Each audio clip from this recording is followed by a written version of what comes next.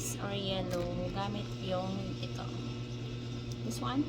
Ayan. Ito lang guys. Ayan. Tsaka, mas maganda gamitin yung white horse na plastic. Ito. Yung 4x2. Kasi matibay siya. Kasi mapupush mo siya pa ilalim. Pag once na ginagamit.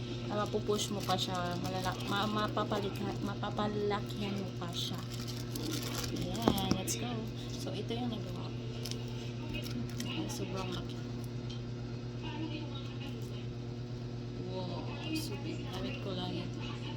Para hindi po masakit sa ating kamay, para hindi po masakit dito kasi nanakit yung kamay ko dito sa pagtatali. Okay, so nag-order ako ng ganito. So try natin. Okay.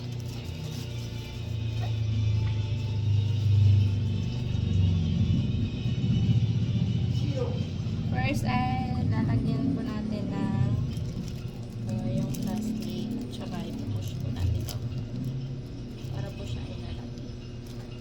Ito na po siya. Gaganyan po siya kasi mas maganda po itong plastic kasi magaganito po siya. Pero mapapalikan. Papalakihan po siya. Saka next, lalagyan natin ulit ng tubig kasi kunti lang.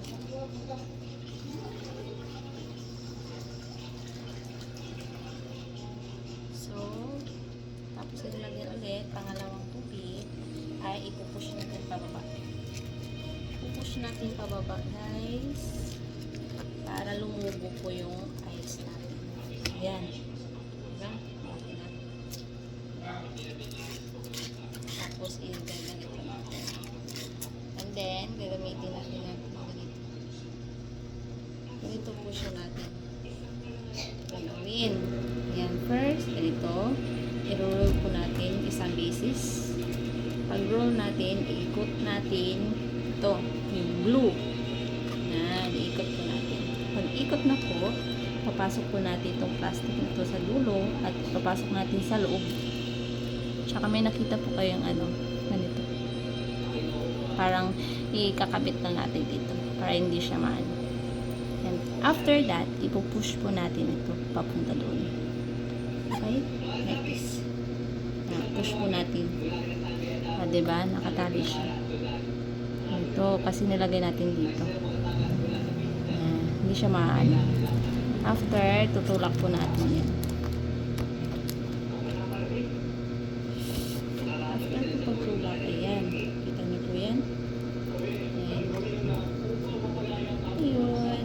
So, ganun lang po kabilis. Push lang po natin konti. Ayan, ganun lang po kabilis guys. Ayan yun. Ayun, diba?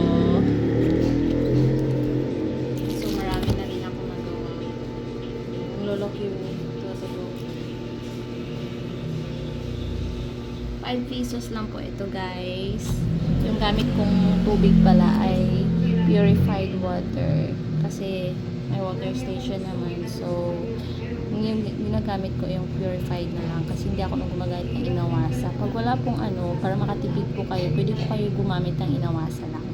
So sa akin kasi purified na lang kasi may water station, so libre naman. So yun ang ginagawa ko. 5 pesos lang po ito. Ang laki guys. Super. Hindi po siya masakit sa kamay. Pag ito yung gagamitin natin. Mas mabilis, mas madali po natin maitali. Hindi po masakit dito sa kamay. Diba? Ma-order po natin ito sa Shopee, 187. Ito na po yung original. Matibay na po siya, makapal. Try nyo po. Ayan, yan lang guys. Thanks for watching. Tsaka ito. Thanks guys. Bye-bye. Thanks for watching. Bye-bye.